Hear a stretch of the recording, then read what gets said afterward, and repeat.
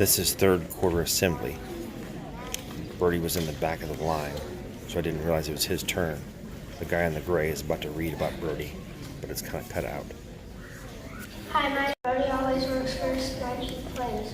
He always does his homework first so that he can play. He does his homework first, that's why I wanted to write for Goob.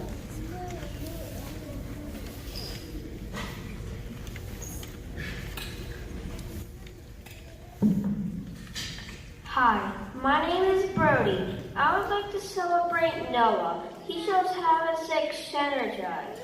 He works together in kickball and soccer with me. He helps others to get hurt.